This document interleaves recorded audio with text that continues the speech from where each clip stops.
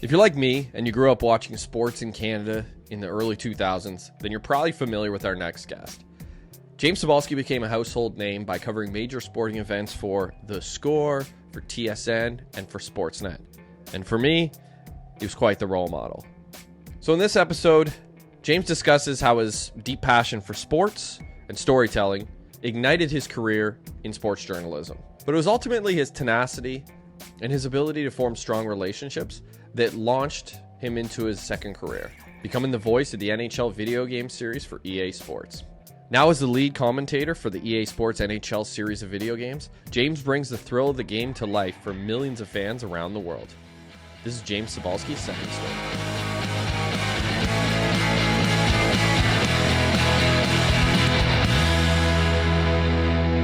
Welcome to the show, everybody. I am, of course, Josh Cybulski, flying solo today, and joining me, I've got a very familiar face to Canadians, and that is James Cybulski. James, welcome to Second Story. Cybulski? Yeah. That's my name. It's like we could be like the Spider-Man meme, right? Oh, yeah. Yeah, absolutely. the pointing Spider-Man. Yeah. What's happening? That's very cool, man. That's very cool. I've been looking forward to this. I'm trying to think, where do we, I mean, from a relation standpoint, where do we go back? What's the 6 degrees here again? You know, it's funny. When I was a kid, my dad always thought he had this grasp of our family tree. And my dad was always like, that is your third cousin. Yeah.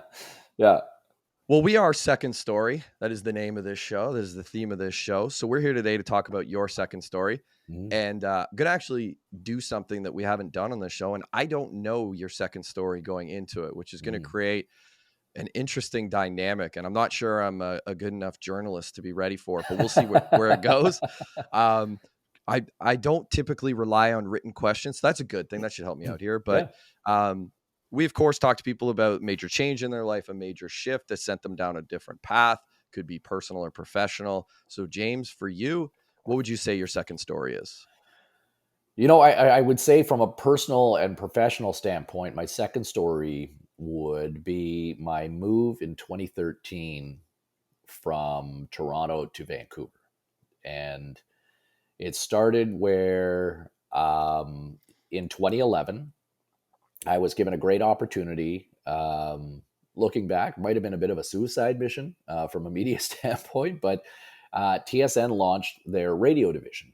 And they had offered me a chance to be the drive time host of Cybulski and Company, which was the 4 to 7 show weekdays on TSN radio. And so we launched the radio station, and the show is off and going. And, startups are always kind of funky and quirky. And I think I felt a lot of pressure. I mean, I got a huge raise, so that was exciting.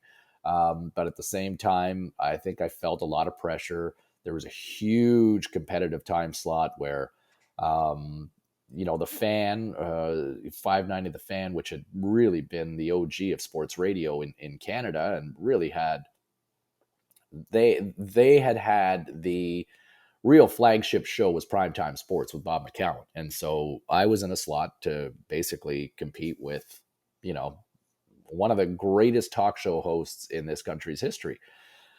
And at the same time, my second daughter was born. So, you're busy with a newborn, you're launching a startup radio show. And so I think I certainly felt the stress and the pressure and the demand and the expectation from management that, hey, you need to get ratings. And I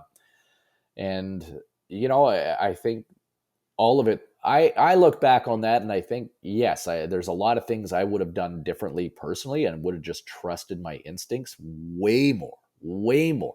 But at the same time, I think I listened to too many external voices.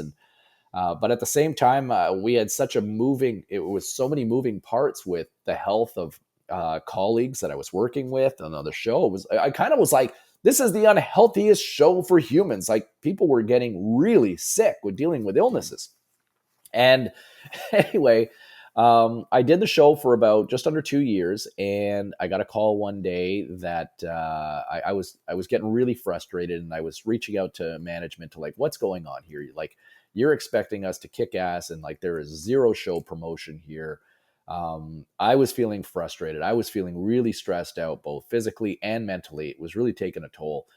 And they basically said, look, we want to move you back to the TV side. And that's, here's this opportunity. And if you don't want to go back to the TV side, well, you can take a buyout kind of thing. And so it would have been an easy move to just simply slide back into television, and where I had thrived, and which, I mean, I think that had been the goal all along for me, breaking into media all these years prior. But I don't know, I felt pissed off, where it was like, you guys left me on an island. There were a lot of things that I felt, there were a lot of broken promises, and I was pissed off with management. And so I remember going home and talking to my ex-wife about it, now my ex-wife. But we had talked about where our situation was, and I said, I wonder if I can make a phone call and see if we can go work on the West Coast. Because she was from the West Coast. I certainly enjoyed my time in the 4 years I had worked in Vancouver in the early 2000s. And so I made a phone call and talked to a friend of mine, and he reached out to upper management, and an executive called me back and said, what's going on? And I said, here's the situation. I have a window to leave TSN, and I am interested if you have a position in Vancouver. And this is not about crossing the street. I'm not interested in leaving TSN to go to Sportsnet and continue to work in Toronto. I am quite happy from a Toronto standpoint, working for TSN. But if you have a position in Vancouver, I'm your guy. And said, okay, well, let me think about it. And I said, this is what I make. This is what I want. This is the time off I want. And if you can do it, I'm in. If not, no harm, no foul. Call me back like 12 hours later, like the next morning or whatever. And they said, we got this. It's here if it's Vancouver's here if you want it. Met my financial expectations, met my vacation expectations, moved me across. And it was like, okay. And I went back, I talked to TSN, and I said, look, if I'm going to, if you want me to stay, like, I want a little more time off in terms of, quality of life. You're, boom, boom, boom. There's a lot of volatility. It's kind of a revolving schedule, blah, blah, blah. And they were pretty firm with like, your salary is your salary, your time off's your time off, and that's that. So I basically said, all right, well, here's my notice, and I'm out. So I had to stay off the air for 6 months, but I took a package to leave TSN and timed out nicely that 6 months later, because of the non-compete, I would start up at Sportsnet, and it allowed me the time to unplug, handed my phone in, and at the same time start looking for a place on the West Coast. And it was very refreshing. It was funny. I went about 2 months without getting a phone. I remember it was like, hey, look, people are having a hard time getting a hold of you. And, but I kind of found it liberating to not have a phone for a while.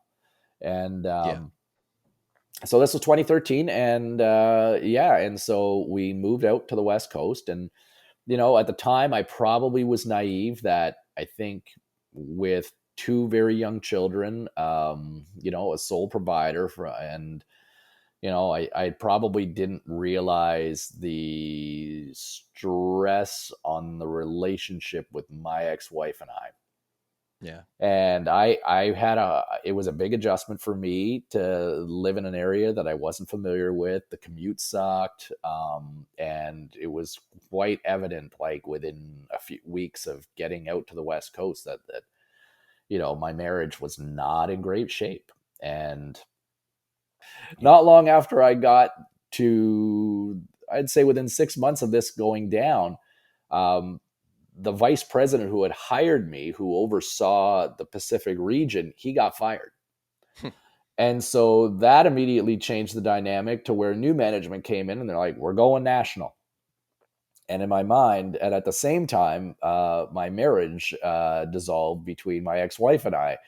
And so both professionally and personally, it was like a disaster in 2014. And so for the next 2 years, it was really hard going to work every day, knowing that, okay, we are doing a morning show.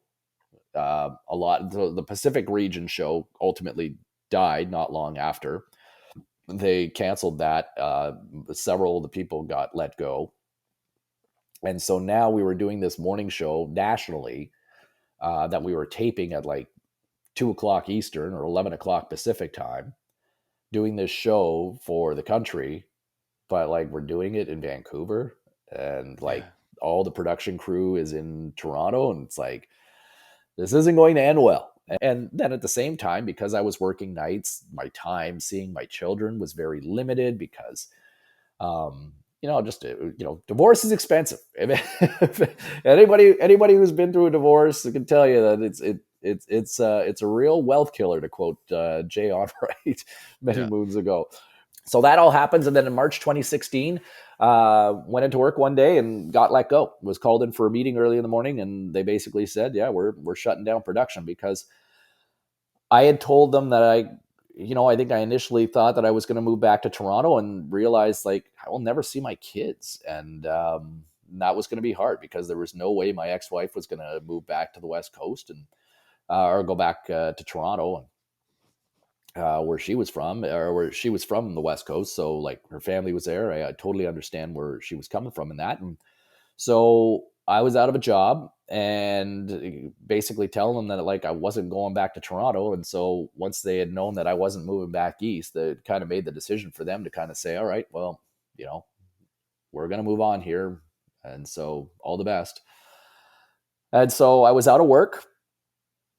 And that was kind of, you go through the first week or two, and you got this, you're gonna be great, you feel like you're talented and all that, and you got your severance. But like the time all of a sudden goes by pretty quick, and you start reaching out for some employment opportunities, and you realize that, there's not a lot of job opportunities in Vancouver, especially in sports media. And then, so I wound up taking a job at News 1130.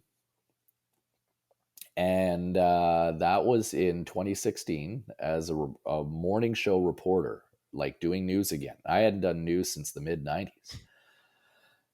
And then about 7-8 months later, Rogers acquired the rights to the Vancouver Canucks on the radio. And so they launched a sports radio station, Sportsnet 650, and they had offered me the morning show host. So I got a big raise. I got a big raise on that, and then that was nice. But again, it was the same thing where, it was just a lot of, volatility in terms of how Rogers, you're going to hire, we're going to launch, and then all of a sudden, within a year, we're going to start shaving the workforce, right? We're going to start trimming. But through that, and where I would look from a professional standpoint, is where I met. Along the way, I met my wife, Brenda.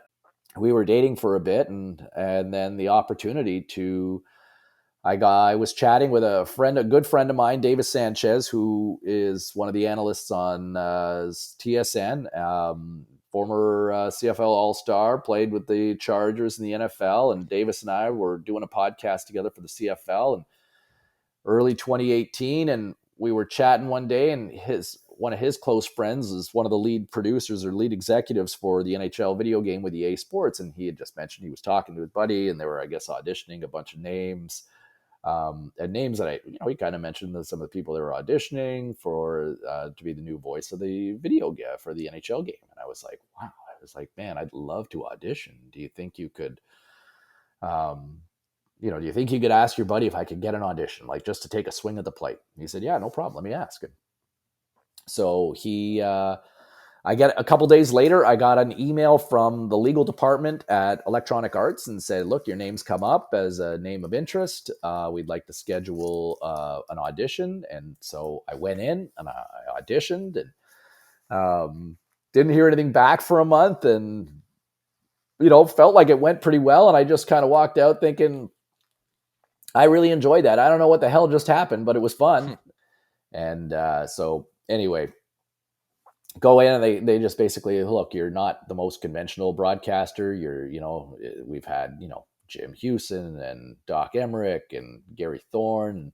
And, yes, you've been a recognizable national talent as a reporter and host in Canada, but really you're not really known in the US, and you're not necessarily a conventional play-by-play guy. There could be some backlash. Can you handle that? And I was like, yeah, I got enough people that hate me on social media, so yeah, sure, why not? And so, yeah. And so they said, okay, well, we'll let you know in a week. And true to their word, longest week of my life, got the call that here I was, offered the position to be the voice of the NHL video game for Electronic Arts, for EA Sports. And, it's a busy life, but it's an amazing life. And to go from a journey that I always wanted to do play-by-play. That was the dream, breaking into the media industry. And my second story landed me the opportunity to finally do that in the most unconventional and unexpected way possible, to be the play-by-play voice for the National Hockey League in a video game form. Like, it's the best of all worlds, because I love sports. I love me some video games for the last however 40 plus years that I've been playing games, whether it was from Pac-Man and Donkey Kong and Zaxxon to, WrestleFest to NBA Jam to Metal Gear and Grand Theft Auto, to here we are now being part of the NHL gaming franchise. It's crazy. It's hard to kind of see through the light when you're going through the thick of it. But yeah, my second story came out on the other side, and it's a funny way how life takes us in certain roads and paths. But the second story has been a pretty good one so far. Yeah. So people will be shocked that I haven't said much, because I don't shut up. But well, I'm also a talker, Cybulski, so there you go. Oh God, the Cybulskis, we don't stop talking. I kind of knew that was where the story was going to go, and I was really curious about how we were going to get there. So it's good to hear that. Lots to unpack there, obviously. I want to start at the beginning, kind of the beginning of your career, and then we'll go into some things with regards to your experience through the media and obviously getting into the space that you're in now. But I've always been curious about this with you specifically, because growing up for me, you were actually my role model when it came to, I wanted to become a journalist or a broadcaster or some semblance of both growing up. And I used to watch you on The Score. I actually watched you on the New RO before that.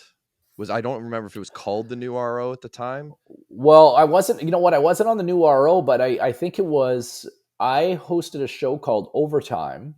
Yeah, which was an Ottawa Senators magazine show, and it aired on Rogers Community Television, but then CJOH had also aired it on Sunday morning. So it got some airplay between Sunday morning and then on community television, which it's funny. You always thought like nobody watches this stuff, but everybody watches that stuff, because it's funny. Like, you start getting recognized going to like Minglewoods or hanging out at On Tap in the Byward Market. You're like, hey, you're the guy. And you're like, yeah, okay, yeah. Minglewoods. Oh man, thinking you're cool. Yeah, I'm dating myself now. So yeah, I remember Minglewoods. Wow. Okay.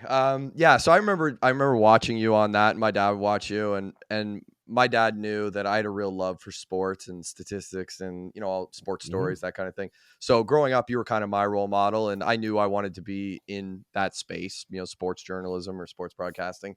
I'm curious for you though, who was your role model growing up, and what was it that made you want to get into the space of sports broadcasting? So I was a huge fan of, couple from a national standpoint. I really admired Ron McLean. Ron was a guy I really liked. I really, really liked Bob Costas, Marv Albert. Those are three that really come to mind. Mean Gene Okerlund. I wanted to be like Mean Gene. I didn't want Mean Gene's hair, but man, Yeah. I just thought like that would be so cool. Like I mean, I was a huge wrestling fan as a kid, but to be Mean Gene or Gorilla Monsoon eventually, I just it's funny. To just even it's funny. You watch the network now and you see you listen to the old commentary. It's just like a nattering couple when you listen to Gorilla and Jesse the Body or Bobby the Brain, and just like, man, like take you back. But I think I would have. All those were influences on me, and so whether it's I think my call, like my play-by-play call, is way more over the top than a lot of conventional broadcasters. But I try to treat the video game like, it's a game 7 of a, do or die series, right? And so I want the gamer to be engaged and into it. And I get it's not going to be for everybody, but that's how I want to treat it, to feel like, hey, this is a big event. And that's what got me to the dance. I think that's what the producers liked. But those were the influences. A little bit of hyperbole and over the top. So, uh, you know, but Bob Costas, I just loved how smooth he was. I loved Ron for how smooth he was and how he'd handle himself with, playing alongside Don Cherry and the puns. But those were certain people, locally growing up in Ottawa. Man, I was a huge Dean Brown fan. I still am. I don't get a chance to see or chat with Dean, but Dean Brown. I really thought that Jim Houston, especially when Jim Houston used to call Blue Jays games. Man, it's Yeah. funny. Like Jim was really good. Called a great game as well, especially like you know younger Jim. Like I really enjoyed that. Like those are some of the names that kind of come to mind. But Costas, Marv Albert, loved me some. Yes, watching an NBA game with Marv calling it. Those were the ones. Pat O'Brien, going back when Pat did sports in the '80s. Those are all certain influences that I found that I would draw from, that I admired along the way. That I thought, man, watching NBA inside stuff like Willow Bay and Ahmad Rashad, like those two, I thought just had a really good dynamic. And then just some other names just to throw out, because I'm just going all over the place. But watching Jim Taddy and Mark Hebscher on Sportsline, Yeah. those guys were unbelievable. Like they were kind of that dynamic duo in those early days for me, staying up late to get the highlights, and in those early days where you had to wait late at night to find out those highlights. And Hebsy was kind of that wild, zany, character. And so, Taddy and Hebscher from, with that show on Global, and then, the Ottawa guys between, Dean Brown, Gord Wilson, Dave Schreiber, listening to those guys, those were a lot of those men, those people that I look to and thinking, man, like I want to be like those guys. And Yeah.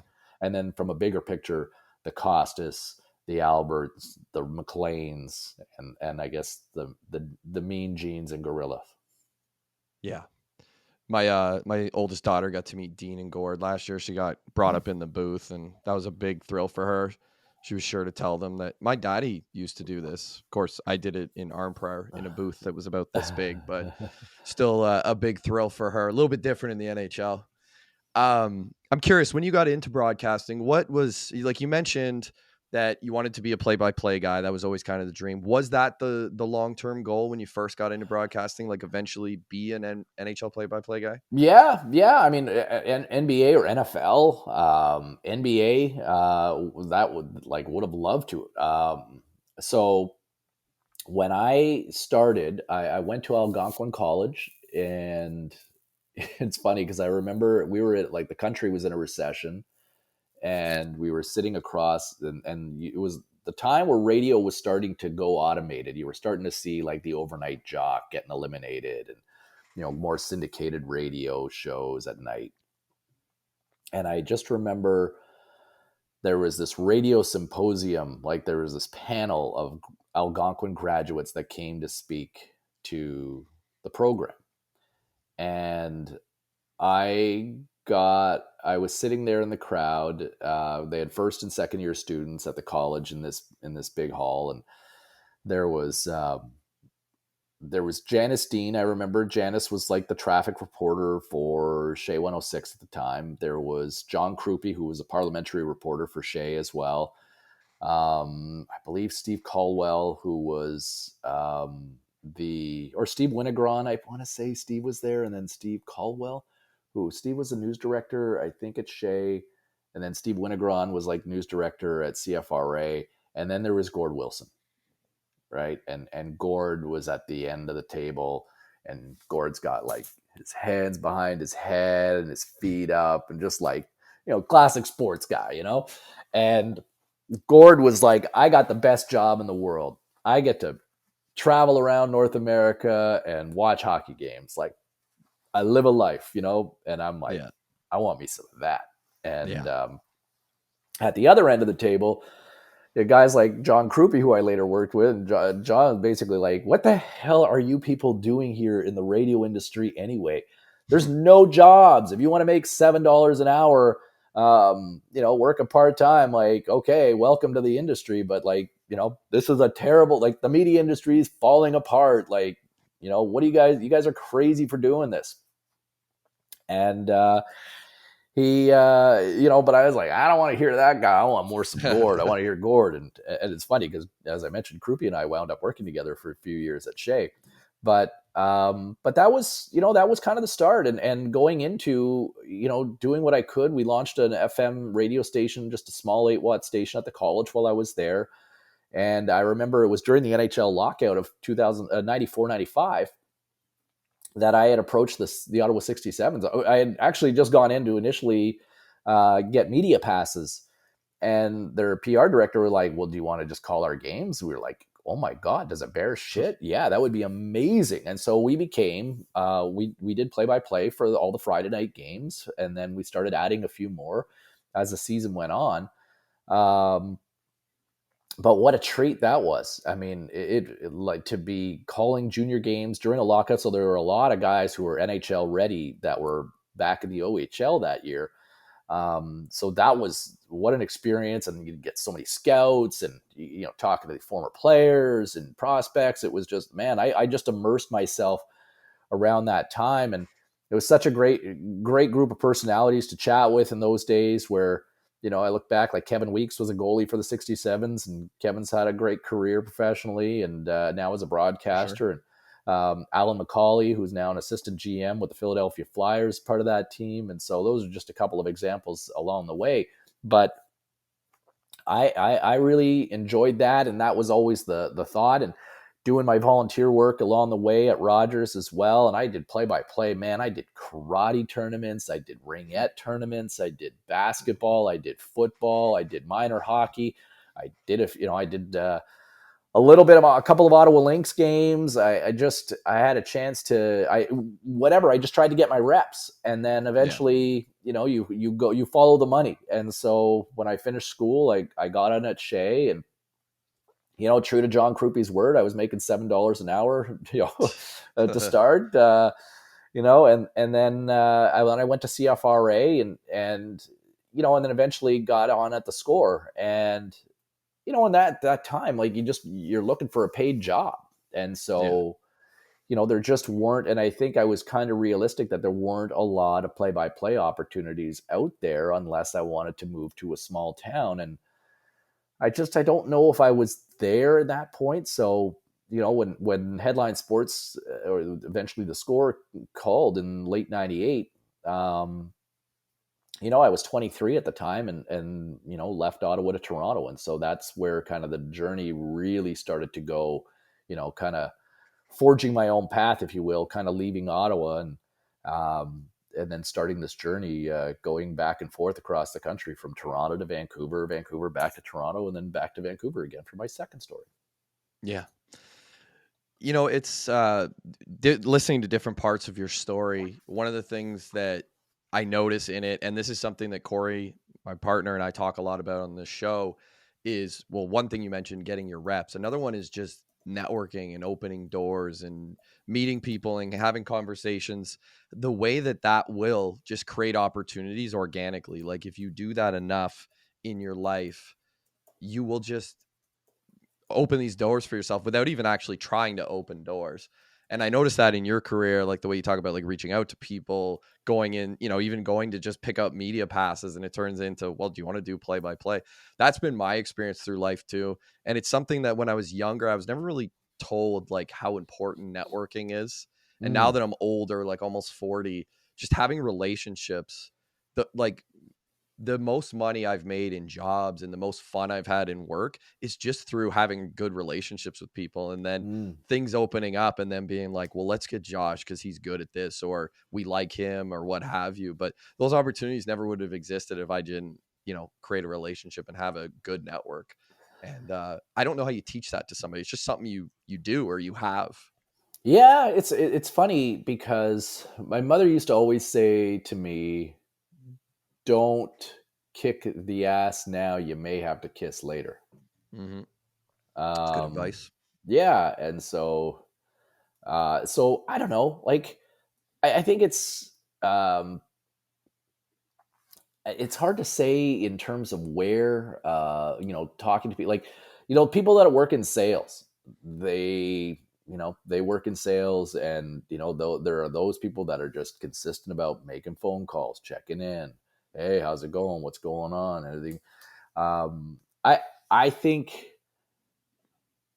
I don't know if I'm necessarily a great, i'm I'm a good networker when I'm introduced. I'm a good networker when I am in person. I am a good networker, when I see people face to face, because I enjoy the communication. Um, I certainly enjoyed not, when COVID first hit, I certainly enjoyed not commuting. Hmm. Like, that part I really liked. But then I also kind of found the element of, um, of doing, I don't know, doing the whole thing of, um, that part I liked, not having to go to work and just work from home and all that. But then there was a certain element that I realized that you kind of lose the energy, right? Yeah. There and the networking. And so, like, I'm not necessarily great. Like, I'll talk to my parents, I'll talk to my sister, um, check in with my wife if she's on the road working, or, some of my really old close friends. But I don't really, it's funny. Like, I've lost so much contact with so many colleagues over the years, just, out of sight, out of mind. And I think it's also a little bit of, it's funny. I think sometimes it can be, um, I think it's also, there's a superficial element to media as well. I don't know if I'm going Mm. down a rabbit hole on this, but I think there's a little bit of, you, the less visible you are sometimes, um, the less people check in with you. Hmm.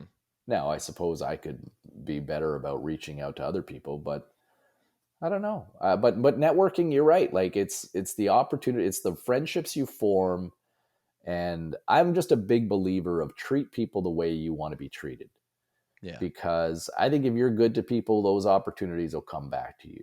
Right? You Yeah. earn a reputation of being a good person, maybe a hard worker, doing good work, and those opportunities kind of pop up. And it's funny, there was an opportunity just in the last 2 months that I got a call out of the blue because of somebody I'd taken the time to eat chicken wings and drink beer with one night, that we hadn't met before, but had a great conversation. And, here we are 15 years later, get a call out of the blue and saying, hey man, like, um, would you be able to voice this for us? And, paid off nicely, and Yeah.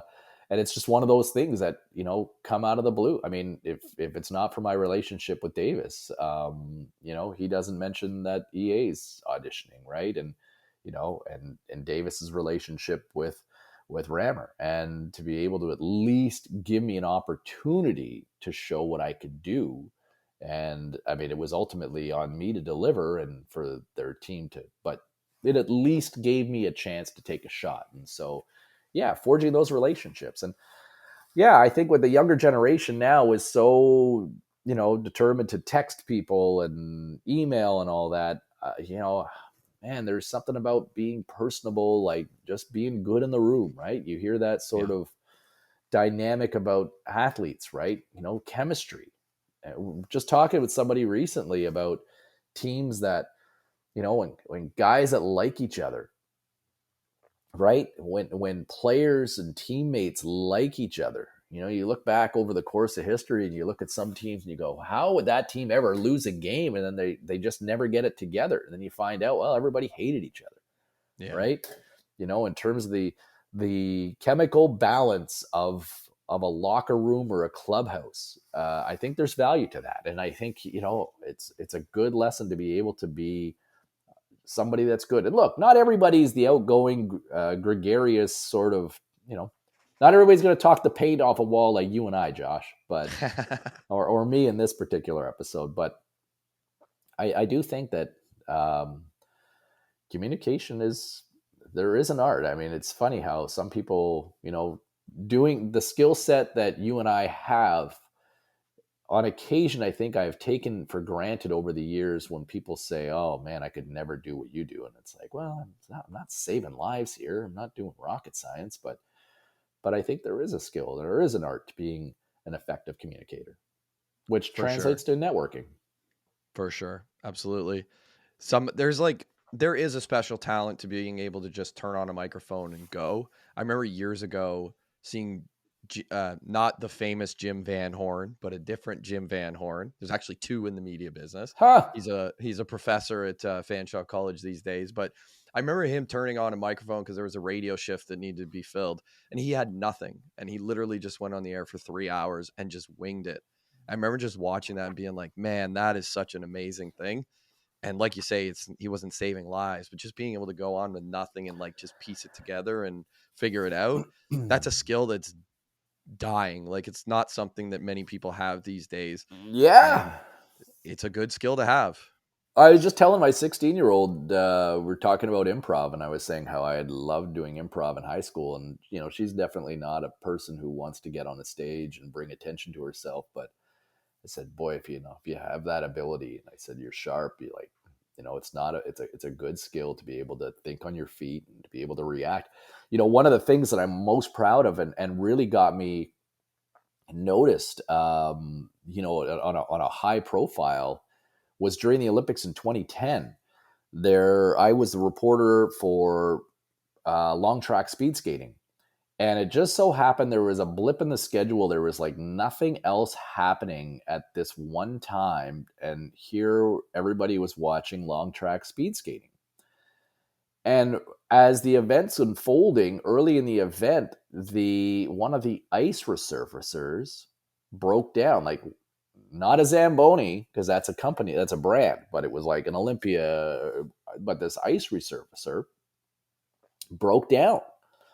And, trying to figure out what's going on. But now all the studio hosts on all the networks, because remember Rogers and Bell, like TSN, Sportsnet, and then CBC, like, they're on all these, on CTV. Sorry, CBC was out, but the Rogers Bell broadcast team. So it's on like all these channels all across the country, millions of people watching. And they're like, okay, we've got like everything's like we're in a holding pattern. So everybody's going back to studio. There's no other events happening at that time. And I remember one of the coaches, one of the European coaches had walked by, and I just kind of asked him randomly. I said, what happened? He said, oh, the ice machine, the ice resurfacer broke down and spilled a whole bunch of hot water on the ice, and it kind of compromised the ice. And so like just that little 10-second conversation, I was able to go back to my producer in my ear and kind of tell him, hey, just a heads up, like, you guys want to come back with me? You guys can come back with me. I've got a little something I can kind of explain. And that little nugget that coach had given me, I was able to come back, and here I was like on multiple channels. Like here I'm on CTV, I'm on TSN, I'm on Sportsnet, OLN, whatever other channel, basically telling everybody, okay, Here's a situation. Ice resurfacer broke down, spilled a whole bunch of hot water on the ice. And obviously, because of the importance of the event on long track speed skating, it could compromise the quality of the ice. So we're in a delay right now. Officials are trying to work on repairing, but taking that little thing and stretching it out, man, I remember some media critics gave me some props in the paper, and all of a sudden, producers and executives kind of took notice. They saw it and they were like, hey, great job. And how many people all of a sudden associated just that little blurb of being able to fill just a little nugget and stretching that out for whatever, 90 seconds to 2 minutes. Obviously not a 3-hour show, but like to hang on to that. And then they could come back to me every few minutes and just kind of, hey, this is what we got. Oh, I'm just trying to fill time. And so, but by having that was a huge, huge recognition and opportunity for me. That was the first year I got nominated for a Gemini Award, which are now the Canadian Screen Awards. But I got nominated that year, which was unbelievable. And what an honor that was. And man, I remember getting on the SkyTrain in Vancouver a couple times and during the games, and people looked at me and they're like, hey, you're the Zamboni. You're the Zamboni guy, right? And so all of a sudden it became the thing. So I remember that. I remember watching it live. Little moments, and that became like just being able to have that opportunity to think on my feet and be able to convey that information on the fly. It was, yeah. I mean, I look back now and it was big. Yeah, I remember watching that live. It was. I remember thinking how cool it was that these Olympics were in Canada and you were doing that on Canadian soil in the place where you really built your career too, in Vancouver of all places. It was pretty fun. Yeah. The viewers of this show know that I lived in Vancouver prior to the Olympics. It's actually a big part of my book as well. Those Olympics are sort of tied into the book too. I got to tell this story. So one time I just moved to Vancouver. I'd lived there maybe 2 months. Okay. Went out to the bar with some friends downtown. We went to the Roxy. I'm sure you've been there before. At least that's what the bouncer told me. I even drank in the beer cooler downstairs one night. Yeah. Oh, really? That's funny. The bouncer who was working, I guess he wasn't wearing his glasses or something, but we're waiting in line and we finally get to the front of the line. It's a big line for anyone who's ever been to the Roxy. You pretty much always wait in line. And he looks at my ID and he goes, wow. He's like, dude, you haven't been here in a while. And my friends all look at me and I'm like, yeah, no, it's been years. And he's like, well, we'll go in. He's like, it's good to see you again. And I was like, it's awesome. And my buddy goes, who was that? I'm like, I have no idea, but I bet you he knew James Cybulski. And so he let us right in when we probably shouldn't have gone in. And I've always wanted to thank you for that. But my brother has actually had that for the win. That's awesome. Oh, always. My brother actually told a story on this show. I forget who he was talking to, but he was interviewing somebody. It was an athlete. And they were like, man, it's good to talk to you, Ben. Like, how many years has it been? And my brother's like, yeah, we've never spoke before. He's like, you probably talked to James Cybulski. And the guy was like, yeah, I think it maybe. He's like, he thought it was Jamie, obviously closer name, but that has happened a lot, especially in media. Like I've been working in and out of radio for like, I don't know, close to 20 years. And everybody always assumed that I was you. And same with my brother too. They only ever hear my brother, but they always assume that he was you. So it's always been pretty funny because like you said at the top of the episode, it's not the most common name in the world. But we're making somehow we're all finding our way into a media form. So yeah, it's awesome. We're taking over the world one Cybulski. Yeah, there we go. One media form at a time. Absolutely. Yeah. I only got a few more things before we'll get out of here. Are you still good for time? Yeah, I got to go look after my neighbor's dog who just had a surgery. So, we can a couple more minutes here. And then, all right, cool. I only got... He already knocked on the patio. I saw him come in the shot. Yeah, that's all good. Yeah.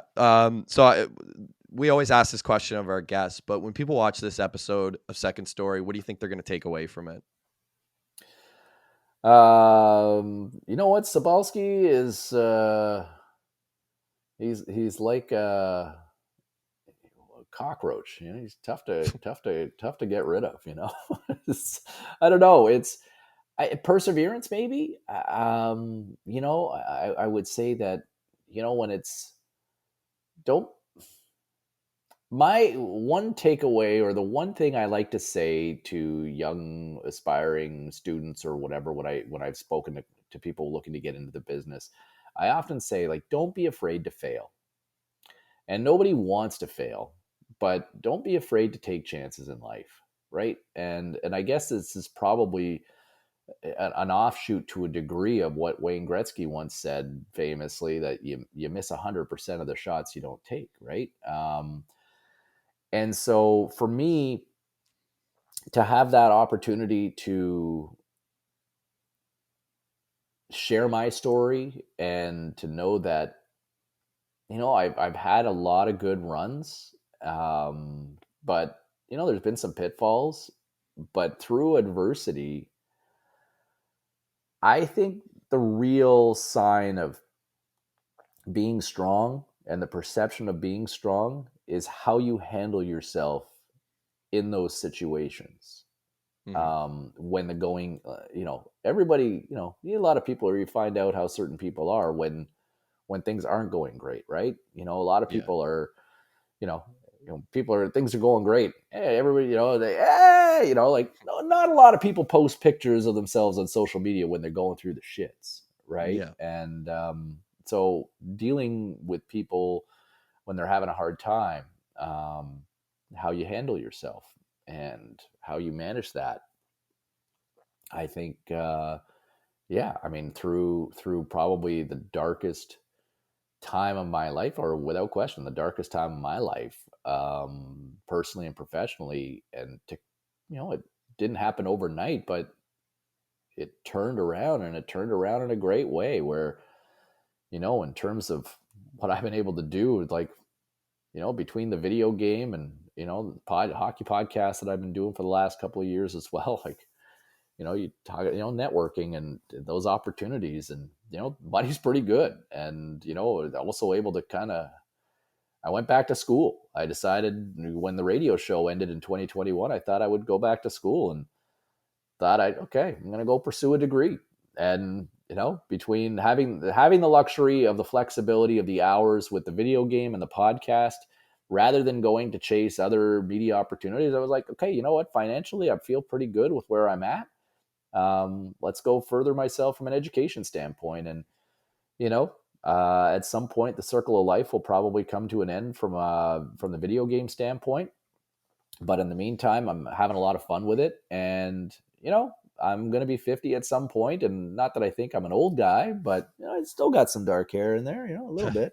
And, but, you know, who knows? But I feel like I'm still at an age where I'm young enough to pivot, do different things in life, and kind of forge my own path. And I think that's the one thing that I've kind of realized from a media standpoint. Like, my days of conventional media are probably over. I mean, never say never, but the industry isn't as fun as it used to be. So the opportunities that I've been able to create for myself through networking, man, I'm having fun. The podcast is fun.